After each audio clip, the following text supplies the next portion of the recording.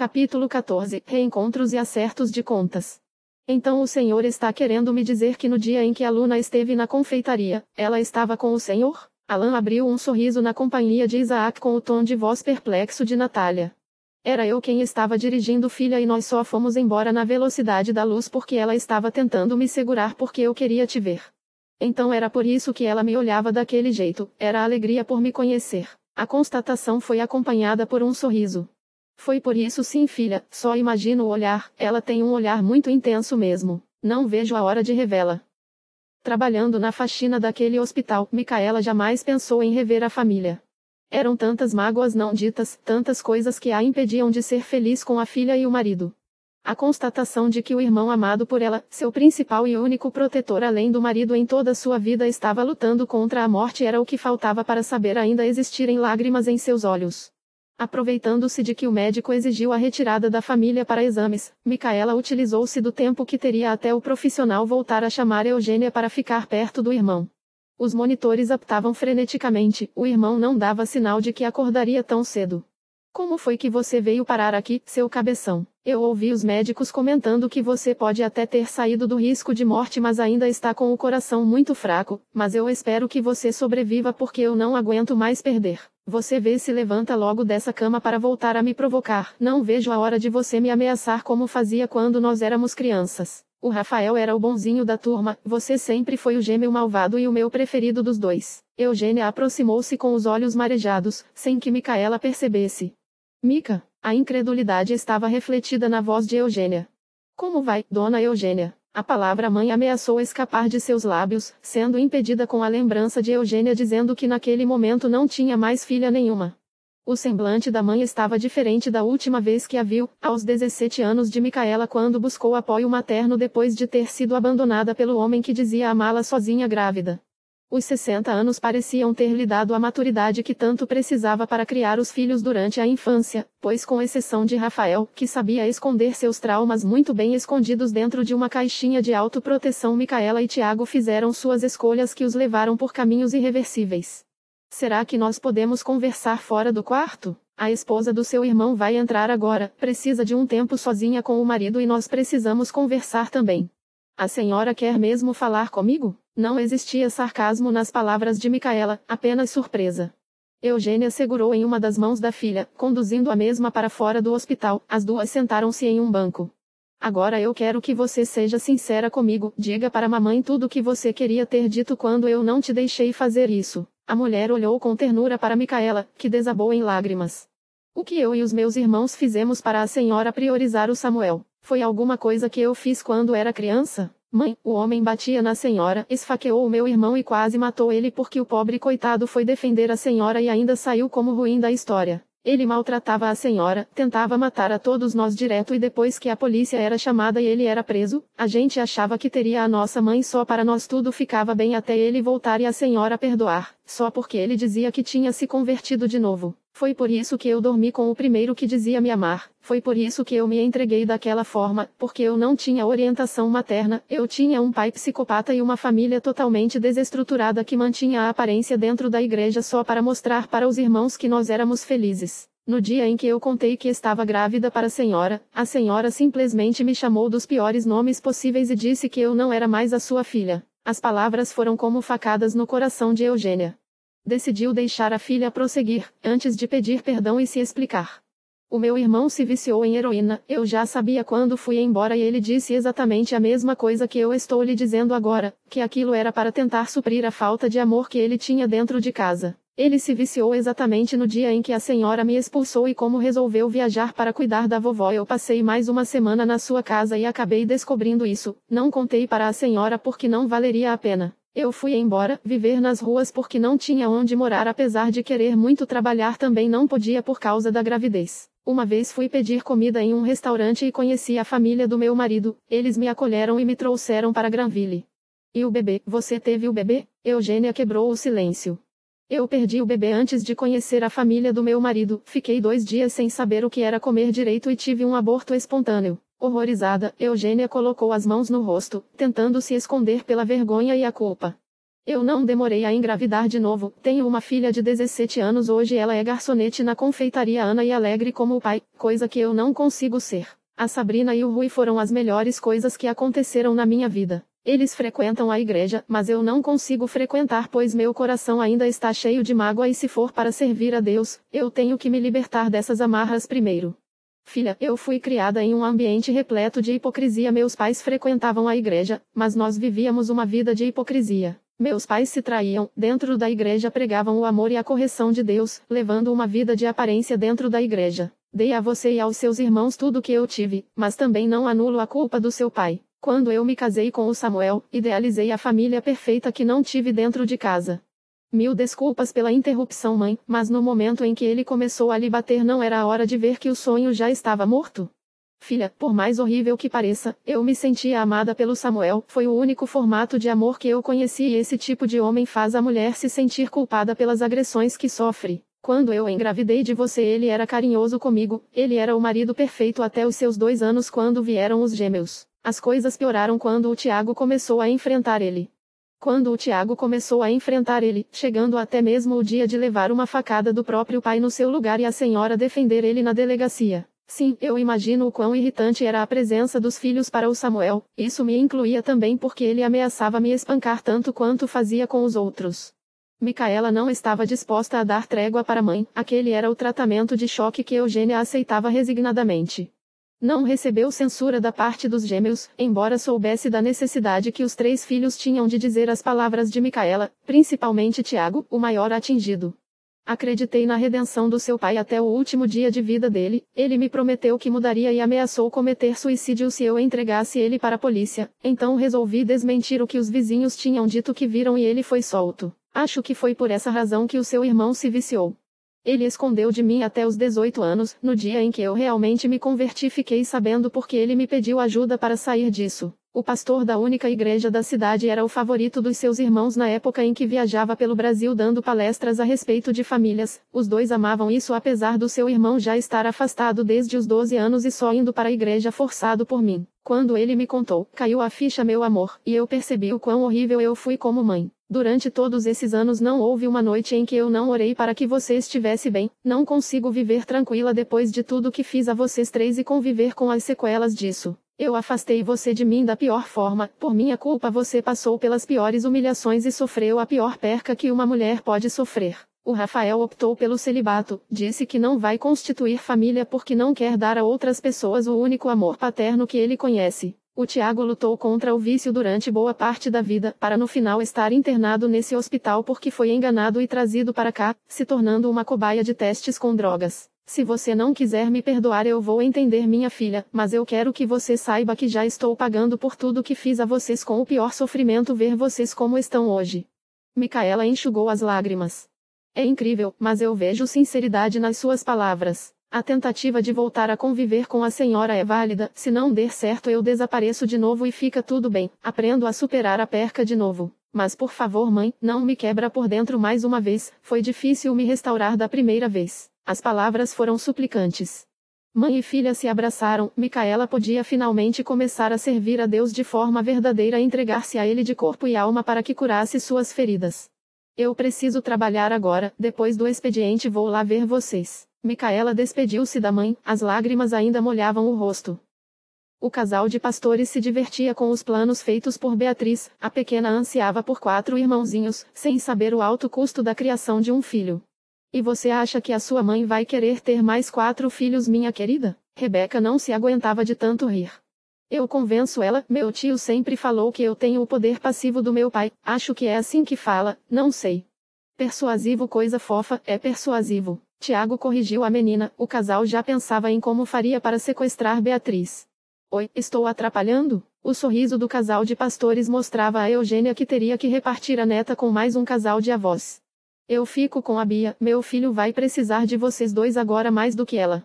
Eu posso ir junto? Beatriz lançou à avó o olhar mais fofo que era capaz de dar. Bia, seu pai não está em condições de ver você agora, ele não está nada bem e é melhor ele melhorar antes de te ver. Rebeca tentou arrumar os cabelos da menina. É muito chato ser criança, eu não posso fazer nada. O semblante de raiva era idêntico ao do pai, a semelhança física e de personalidade era assustadora. Você diz isso porque ainda não descobriu o preço de um boleto bancário. Já voltamos, meninas. Rebeca terminou a trança no cabelo da menina acompanhando o marido. Aqueles monitores, o quarto frio, a falta das amarras nos braços. Estava morto ou alucinando novamente. Embora estivesse com a cabeça prestes a explodir, a visão quase inexistente era capaz de reconhecer os cabelos que pareciam estar há 3 dias sem saber o que era um shampoo ou pente, os olhos vermelhos. Não importava o nome do ser humano que havia provocado aquelas marcas de mãos em seu rosto, estava com os dias contados. Poderia ser o novo marido de Sofia, o responsável? A fraqueza em seu corpo não foi capaz de esconder a raiva quase palpável em seus olhos. Quem foi o imbecil que fez isso com você? As palavras fracas do marido fizeram Sofia desabar. Só Deus sabia o quanto a moça temia por nunca mais ouvir aquela voz autoritária. É uma longa história, meu amor. Não se preocupa não, que agora está tudo bem. Tiago voltou a fechar os olhos. A iluminação era insuportável, aumentava a dor em grandes proporções. E, fica tranquilo, se preocupa com você agora. As pequenas mãos repousaram nas suas, continuavam quentes e acolhedoras como sempre. Sofia, fala comigo, diz qualquer coisa. Sobre o que é que você quer que eu fale? Eu não sei, qualquer coisa, só preciso te ouvir para saber que não estou ficando louco de vez. Tinha medo de abrir os olhos e acordar naquele colchonete, cercado por corpos e torturadores. Quando eu tive a Bia, na hora de voltar para casa me entregaram um menino, quase peguei o bebê errado. Não era mentira, o transtorno que todos passaram foi horrível. E ela, se parece com você, não é mesmo? O medo foi perceptível nas palavras fracas. Eu só sei que é minha porque saiu da minha barriga, mas ela não tem nada meu. Sabe o que é nada? É nada, sua cópia viva até na personalidade. Os olhos azuis se arregalaram, a dor na cabeça tornou-se irrelevante diante daquela informação. Conhecia a própria personalidade o suficiente para saber que se sobrevivesse, o que considerava praticamente impossível levando em conta a fraqueza que sentia no corpo e o cansaço mental em continuar vivo para lutar contra coisas que nem sequer conhecia, os próximos anos de sua vida seriam impossíveis de viver sem boas doses de calmante. As duas foram a razão de ter lutado durante todos aqueles anos, e como gostaria de continuar vivo por elas. Fica aqui, não vai embora agora, eu preciso de você vivo, meu amor. A súplica era visível no olhar de Sofia. Passada uma semana do confronto, chegou o momento de Luna ser despertada do coma induzido. Seus pulmões haviam respondido à medicação, o único dano existente era cerebral. Isaac cedeu o apartamento para a namorada e o sogro até Alan recuperar o CRM ou vender a casa. Eliana ficou feliz por ter o filho novamente em casa por algum tempo. Isaac visitou o apartamento, unindo-se com Natália em um abraço e beijo demorados. Olha o que eu trouxe para você. Natália retirou um pacote de trufas de dentro da bolsa. É por isso que eu te amo, Cinderela. Voltaram a se beijar. Meu pai vai ver a Luna. O Eric disse que ela acordou do coma, mas não está falando. Se comunica pelos olhos e parece que tem memórias vivas de todo mundo, mas ainda não consegue se comunicar verbalmente. Vai passar por um fonoaudiólogo, fisioterapeuta. Será um processo longo. Os dois se sentaram no sofá. Eu imagino o quanto seu pai deve estar ansioso para ver ela. Desde que saiu do hospital nós tentamos manter ele descansando e foi praticamente impossível. Agora vamos deixar o pobre coitado ter a recompensa dele, não é mesmo? Eu entendo ele. Se você estivesse em coma eu poderia estar quase morrendo, mas queria ficar ao seu lado. Isaac teve as bochechas apertadas pela namorada. Coisa mais fofa, gente, ele todo derretidinho por mim. Ainda bem que meu pai é uma pessoa centrada e tranquila, porque só imagino o escândalo que você faria se fosse comigo. Eu tornaria a vida de todos à minha volta uma verdadeira tortura. Quando quero incomodar faço isso com profissionalismo. Eu ainda não conheço esse seu lado irritante. Natália gracejou.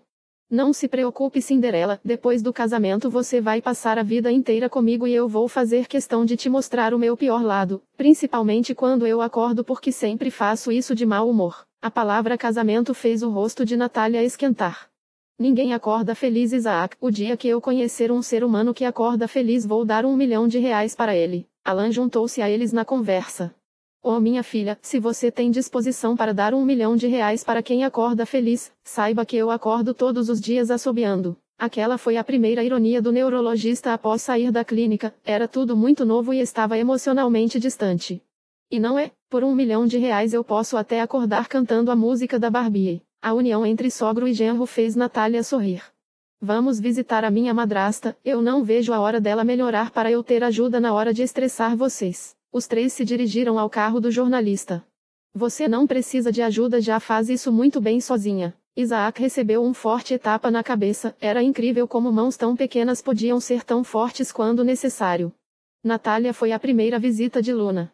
Esse sorriso que você me dá toda vez que a gente se vê me faz sentir especial, sabia? Antes de qualquer coisa eu quero te pedir desculpa pelo xingamento que eu te dei. Fui muito grossa com você na nossa última conversa antes de você ficar assim. Eu estava muito brava, sabe? Luna queria dizer tantas coisas e não podia.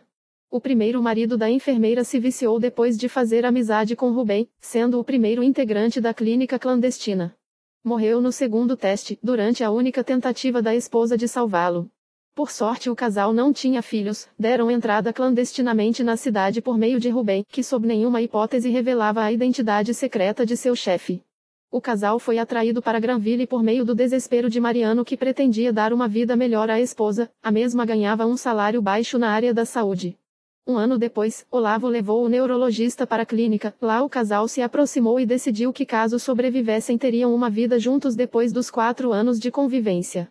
Eu tenho uma surpresa para você, só não sei se vai gostar. Natália abriu a porta do quarto. Os olhos da enfermeira encheram-se de lágrimas, durante a tentativa frustrada de formar uma palavra. Acabou, Luna, graças a Deus acabou, estamos livres. Suas mãos acariciavam o rosto da mulher que se acalmava gradativamente. Fico muito feliz em saber que o senhor está vivo, Dr. Alan. Tem vaga aqui quando recuperar o CRM, está bem? Eric se apressou em cumprimentá-lo. Vou me lembrar disso, mas por enquanto gostaria de saber se posso ter acesso ao prontuário médico dela e conhecer a equipe que vai se responsabilizar agora. Quero cuidar dela. O regulamento proíbe, mas no seu caso vou abrir uma exceção, é necessário. Se fosse a mulher que eu amo faria o mesmo. Vamos dar uma voltinha na praça aqui perto, mais tarde voltamos para buscar o senhor. Natália se pronunciou. Está bem, juízo vocês dois, viu? Os dois se despediram com um sorriso. O casal comprou um sorvete e se sentou em um dos bancos, apenas se olhando. Você esperava conquistar meu coração desse jeito? Isaac começou a rir da pergunta de Natália. Você está falando do convite para a lanchonete? Não, não estava com a intenção de conquistar seu lindo coraçãozinho naquela época. Não tem graça chamar o Mesaque para sair, ele é muito sério e você é a melhor companhia. Sua beleza chamou muito a minha atenção, mas vou deixar claro que nunca tive segundas intenções com aquele convite além da amizade. Nosso romance começou à sua maneira, cheio de suspense porque aquela noite foi medonha. Os dois riram. Aquela noite foi marcante porque foi o dia em que eu te apelidei de Cinderela, mas nosso romance começou naquela ceia de Natal. Aquela mensagem do seu pai te colocou na minha vida porque eu não dormiria enquanto não investigasse aquele caso, mesmo que você não me pedisse isso. E o pior é que do jeito que eu te conheço realmente, você não está exagerando nem um pouquinho. O emprego de Natália no salão não era mais necessário, o salário que ganhava na confeitaria era suficiente e não queria deixar o emprego ao lado de Isabela, por isso, optou por trabalhar apenas de manhã. Assim, Natália teria mais tempo para o namorado e o pai. Isabela se aproximou, acompanhada por Benjamin, Débora e Beatriz. Tia, eu posso brincar no pula-pula? Beatriz perguntou, enquanto Isabela se sentava ao lado do casal, deixando os dois carrinhos ao alcance de seus olhos. Vai lá, princesa, avisa que antes de sair eu pago. Beatriz correu até o local. Eu estava aqui pensando com os meus botões e você apareceu como confirmação dos meus pensamentos. O que você acha de nós aproveitarmos um dia de folga do Eric para marcarmos um encontro duplo? Isaac sugeriu. Ai, cunhado, isso seria um sonho virando realidade. Jantar sozinhos um com o outro é ótimo, passarmos o tempo apenas juntos nas folgas dele também é ótimo, mas às vezes nós dois queremos passear com outros casais e não podemos porque não somos tão íntimos de todo mundo da igreja e meus pais vivem ocupados por conta da carga horária. A rotina nos últimos dias tem deixado nós dois muito irritados, vai ser bom espairecer um pouco. Fica tranquila, amiga, acontece com os melhores casais, eu tenho certeza que seus pais também passam por isso. O tempo todo na ti e eles nem podem fazer uma segunda lua de mel para espairecer como eu e o Eric fizemos por conta do excesso de responsabilidades que tem nos ombros deles, uma igreja enorme que abriga praticamente uma cidade inteira. É mulher, para quem casa pensando que a vida é um romance, eu acho que deveria existir isso no contrato de casamento. A vida não é um romance e às vezes a rotina cansa. Isaac se pronunciou e as duas concordaram.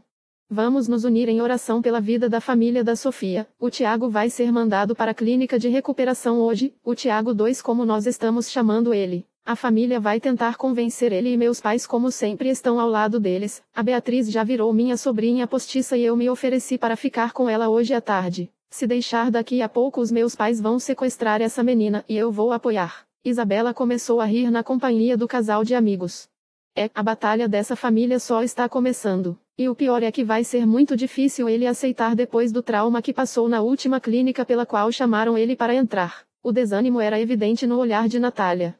Vamos acreditar que ele vai nos surpreender, aceitar o tratamento e em breve teremos mais uma família para o grupo que deveria estar no manicômio. Natália e Isabela riram com as palavras do jornalista. Você é um egoísta. Depois de tudo que eu sofri por você, depois de tudo que todos nós sofremos por você, agora você não quer aceitar o tratamento e quer voltar a usar aquelas drogas que só te fizeram mal a vida inteira. Sofia alterou a voz como nunca tinha feito, o descontrole era visível.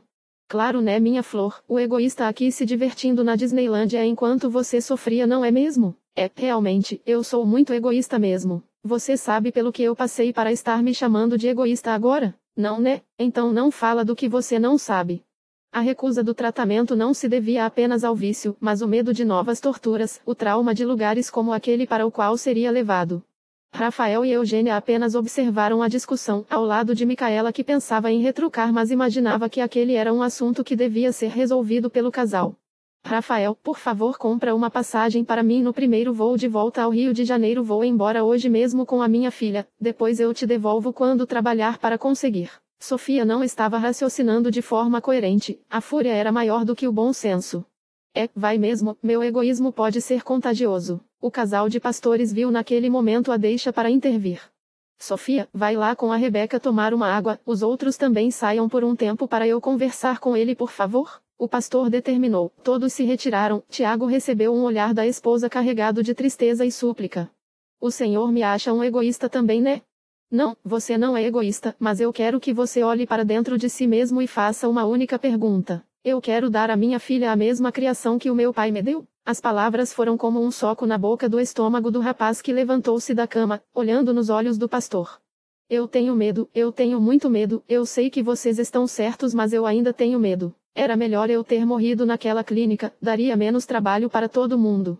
Você me acompanha há muito tempo e já deve ter ouvido o testemunho da morte dos meus 2 filhos, o Paulo e a Esther. Deus nos deu a Isabela para confortar nossos corações, e eu sempre fui muito grato a ele por isso. Mas eu sempre tive um vazio aqui dentro relacionado ao Paulo, senti falta de um companheiro masculino durante toda a vida. Quando eu olhei para você, enxerguei o meu próprio filho, enxerguei a minha própria imagem apenas em ouvir falar na sua história. Você teve a mesma criação que eu, nós reagimos de formas diferentes, mas quando eu ouvi falar em você, eu vi você como o bálsamo que faltava para eu superar o luto que eu guardei durante quase 30 anos. A maior confirmação disso é que até meu nome você tem. Eu me comprometo a cuidar de você emocional e espiritualmente, se você se comprometer a lutar pela sua família e continuar sendo essa pessoa incrível que me descreveram. Deus nos colocou na vida um do outro com um propósito, que inclui até mesmo o sequestro da sua filha, pois eu e a Rebeca já adotamos aquela menina como neta. O impacto provocado por aquelas palavras não podia ser descrito. O silêncio predominou no quarto por 2 minutos. O Senhor tem permissão para me bater se eu quiser desistir de novo. Estou dando porque garanto que o Senhor vai precisar dela. Eu vou continuar. Aceito o tratamento desde que vocês me façam confiar na equipe médica antes, porque o trauma aqui também é muito grande. Os dois apertaram as mãos, selando a amizade e o acordo.